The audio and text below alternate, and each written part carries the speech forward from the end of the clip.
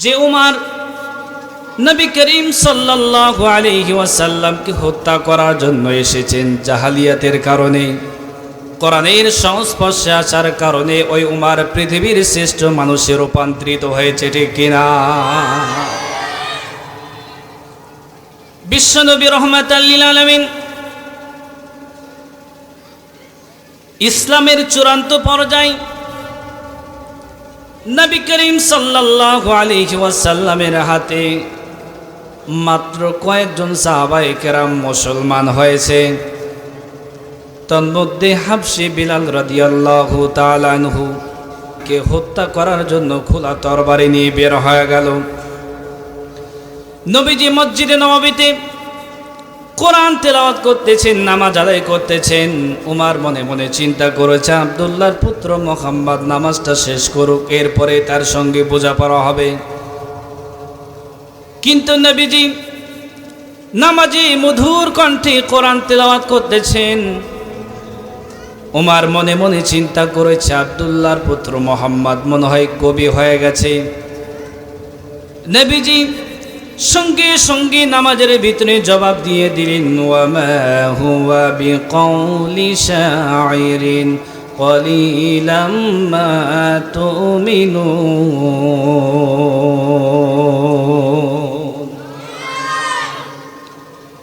না, এটা কোনো কবির কিতাব নয়। অল্প সংখ্যক মানুষ এই কিতাবের প্রতি ঈমান আনয়ন করেন। হযরত উমর বলতেছে, এটা কবির কিতাব নয়, তাহলে এটা কি? আমি মনে মনে বলেছি, আমার মনের কথা আব্দুল্লাহর পুত্র মুহাম্মদ যেহেতু বুঝতে পেরেছে, আব্দুল্লাহর পুত্র মুহাম্মদ ভিতরে ভিতরে গণক হয়ে গেছে। নবী করিম সাল্লাল্লাহু আলাইহি ওয়াসাল্লাম সঙ্গে সঙ্গে নামাজের ভিতরে জবাব দিয়ে দিলেন, ওয়ালা বিকাউলি কাহিনিন কলিলাম মা তাযাক্কারুন। ওয়ালা বিকাউলি কাহিন, না, এটা কোনো গণকের কিতাব নয়, এটা কোনো কবির কিতাব নয়। হযরত উমরের পায়ের নিচ থেকে যেন মাটি খসে যাবেন। হযরত উমর বলতেছে, এটা কবির কিতাব নয়, এটা গণকের কিতাব নয়, এটা জাদুকরের কিতাব নয়, তাহলে এটা কি? হযরত উমর প্রশ্ন করতে দেরি হয়েছে। নবী করিম সাল্লাল্লাহু আলাইহি ওয়াসাল্লাম নামাজের ভিতরে সঙ্গে সঙ্গে জবাব দিয়ে দিলেন, তানজিলুম মির রাব্বিল আলামিন।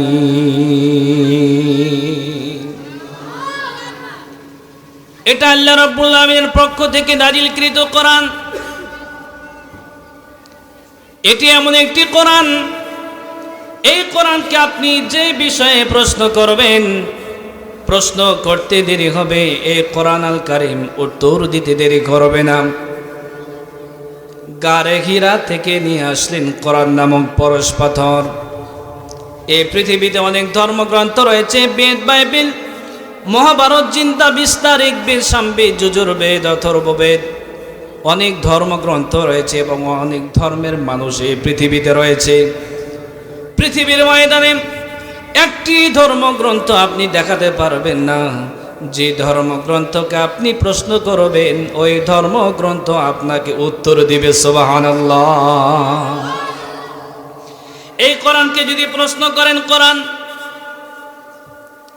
আমরা জানতে চাই, তুমি এই ঘূর্ণি ধরা ধুলির এই পৃথিবীতে কেন অবতীর্ণ হয়েছ? কোরআন জবাব দিবেন, কিতাবুন আনজালনাহু ইলাইকা লিতুখরিজান নাসা মিনাজ যুলুমাতি ইলান নূর। সূরা ইব্রাহিমের 2 নম্বর আয়াত আল্লাহ পাক বলেন, কিতাবুন আনজালনাহু ইলাইকা, হে নবী, আপনার প্রতি আমি আল্লাহ এই জন্য কোরআন অবতীর্ণ করেছি। এই কোরআনের দাওয়াত দিবেন, কোরআনের তালিম দিবেন। আনজালনাহু ইলাইকা, হে নবী, আপনার প্রতি আমি আল্লাহ এই কিতাব অবতীর্ণ করেছি, লিতুখরিজান নাসা মিনাজ যুলুমাতি ইলান নূর, এই কোরআনের দাওয়াত দিবেন, মানুষগুলো অন্ধকার পথ থেকে বের হয়ে আলোর পথ পাবে। সুবহানাল্লাহ। এই পৃথিবীতে এমন একটি সময় অতিবাহিত হয়েছে যে সময়টিকে বলা হয় আয়ামে জাহিলিয়াতের সময়। আল্লাহর কোরআন প্রতিবাদ করেছে, একটি কন্যা সন্তান জন্মগ্রহণ করেছে, তাকে জীবিত কবর দেওয়া হতো। কোরআন প্রতিবাদ করেছে বিআইয়ি যামবিন কুতিলাত, কি অপরাধের কারণে, কোন অপরাধে জীবিত কন্যা সন্তানকে পতিত করা হয়, কবর দেওয়া হয়। যে সমাজে ভাইয়ের কোনো অধিকার নেই, যে সমাজে মায়ের কোনো অধিকার নেই, যে সমাজে নারীর কোনো অধিকার নেই, নারীরা ছিল অবঞ্চিত, নারীরা ছিল নিগৃহীত, নারীরা ছিল ভোগের বস্তু, এমন একটি সময় আল্লাহ পাক তার হাবিবের প্রতি কোরআন অবতীর্ণ করে যে নারীরা ছিল গর্তের ভিতরে, নারীদেরকে ধরে রানীর সিংহাসনে বসিয়েছে।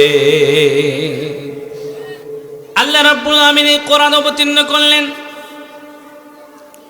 কোরআনের বিরুদ্ধে চক্রান্ত কিন্তু থেমে নাই।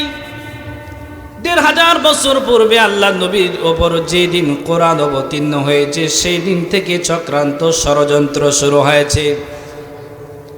যারা চক্রান্ত আর ষড়যন্ত্র করেছেন, আল্লাহ রাব্বুল আমিন তাদের চক্রান্ত আর ষড়যন্ত্র নস্যাৎ করে দিয়েছেন। আল্লাহ রাব্বুল আমিন বলেন, ওয়াকালাল্লাযীনা কাফারু লা তাসমাউ লিহাযাল কুরআনি ওয়ালগাউ ফীহি লাআল্লাকুম তাগলিবুন।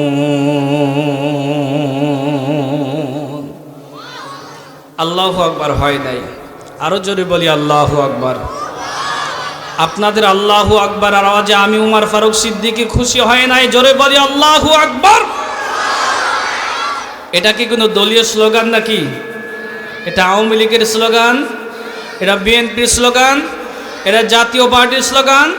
এটা জামাত ইসলামের স্লোগান? এই স্লোগানটা কার? আমি বলতে চাই মুসলমান, এটা বদরের স্লোগান, এটা উহুদের স্লোগান, এটা খন্দকের স্লোগান, এটা খাইবারের স্লোগান, এটা মক্কা বিজয়ের স্লোগান, এটা তাইফের স্লোগান, এটা মুসলমানদের প্রেরণা। ২ কোটি মুসলমানের ইমান দীপ্ত স্লোগান। কথা বলেন ঠিক কিনা মুসলমান? আল্লাহু আকবার আওয়াজ শোনার পরে যাদের গায়ে জ্বালাপোড়া তৈরি হবে, বুঝতে হবে রাম আর বাম, তারা কোরআন বিরোধী, ইসলাম বিরোধী, তাদের সঙ্গে মুসলমানের কোনো সম্পর্ক থাকতে পারে না, পারে না, পারে না। দুহাত তুলে বলেন ঠিক কিনা?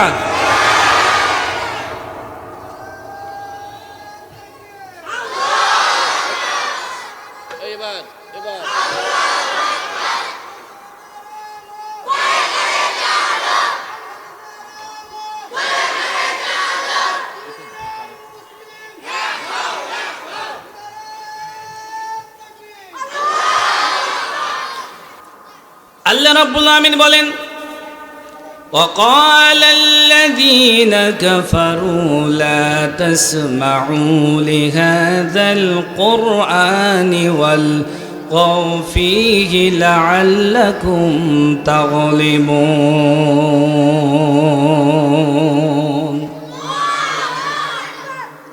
সূরা হামিম সিজদা ২৪ নম্বর পারা, ১৮ নম্বর পৃষ্ঠার ১১ নম্বর লাইনের ৪ নম্বর রুকু, ২৬ নম্বর আয়াত।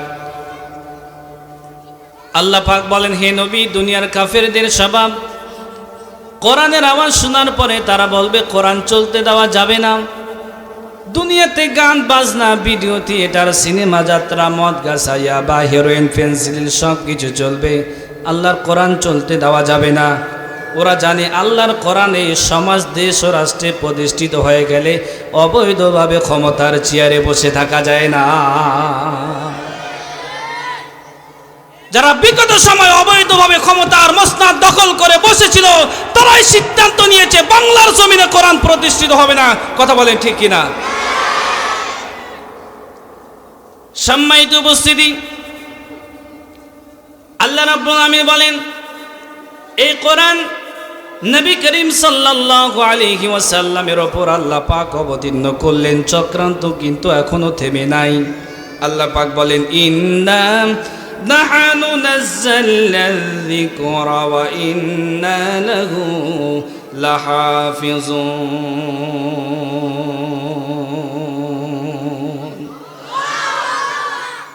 সূরা হিজর 14 নম্বর পারা প্রথম নম্বর পৃষ্ঠা 9 নম্বর লাইনের প্রথম নম্বর রুকু 9 নম্বর আয়াত। আল্লাহ পাক বলেন ইন্না নাহনু নাযালনা যিকির, এই জিকির নামক কোরআন আমি আল্লাহ অবতীর্ণ করেছি, আর এই জিকির নামক কোরআন হেফাজতের সম্পূর্ণ দায়িত্ব আমি আল্লাহ।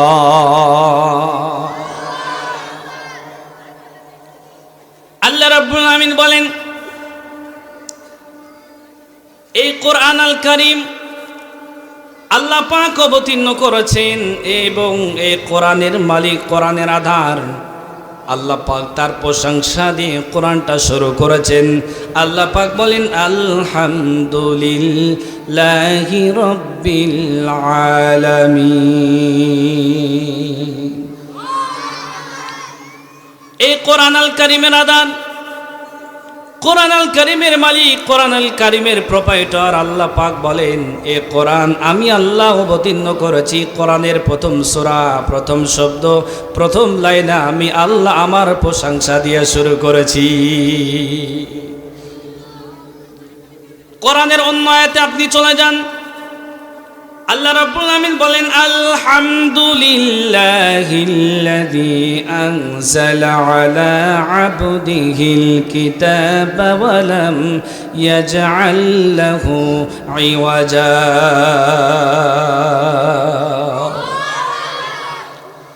সূরা কাহফ 15 নম্বর পারা 12 নম্বর পৃষ্ঠা প্রথম নম্বর লাইনের প্রথম নম্বর রুকুর প্রথম নম্বর আয়াত, প্রথম নম্বর আয়াত। আল্লাহ পাক বলেন আলহামদুলিল্লাহিল্লাযী আনজালা আলা আবদিহিল কিতাব, সমস্ত প্রশংসা আল্লাহ তোমার জন্য। মুসলমান প্রশ্ন আসতে পারে আমরা মালিকের জন্য কেন প্রশংসা করব? এই জন্য মালিকের প্রশংসা আদায় করতে হবে। আনজালা আলা আবদিহিল কিতাব, আল্লাহ রাব্বুল আলামিন এই কোরআন আল কারীম অবতীর্ণ করেছেন।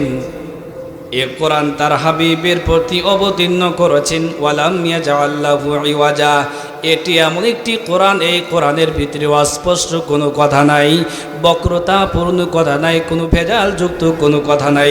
জোরে জোরে বলি সুবহানাল্লাহ।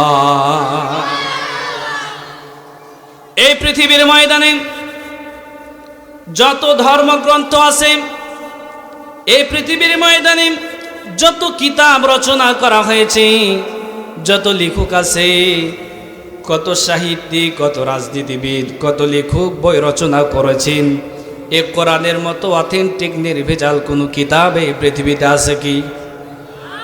পিছন থেকে একটু জোরে বলেন আছে কি? এই কোরআনের মতো অথেন্টিক নির্ভেজাল কোনো কিতাব আল্লাহ পাক অবতীর্ণ করেন নাই। পৃথিবীর ময়দানে বই যখন রচনা করে একজন লেখক, বই রচনা করার শুরুতে লিপিবদ্ধ করে দেয়। আমি মানুষ ভুল হয়ে যেতে পারে, যদি ভুল হয়ে যায় প্রথম পৃষ্ঠায় আমি আমার দুর্বলতা দিয়ে শুরু করলাম, যদি ভুল হয়ে যায় পরের পৃষ্ঠায় নাম্বার দেওয়া আছে, যোগাযোগের সিস্টেম দেওয়া আছে, যদি ভুল হয়ে যায় আমাকে জানাবেন, পরবর্তী সংস্কার করে নেব। সুবহানাল্লাহ। কিন্তু কোরআন আল কারীমের আদাত, কোরআনের মালিক আল্লাহ রাব্বুল ইজ্জাত ওয়াল জালাল আল্লাহ পাক বলেন কোরআন আমি অবতীর্ণ করেছি। যালিকাল কিতাবু লা রাইবা ফীহি হুদাল লিল মুত্তাকিন।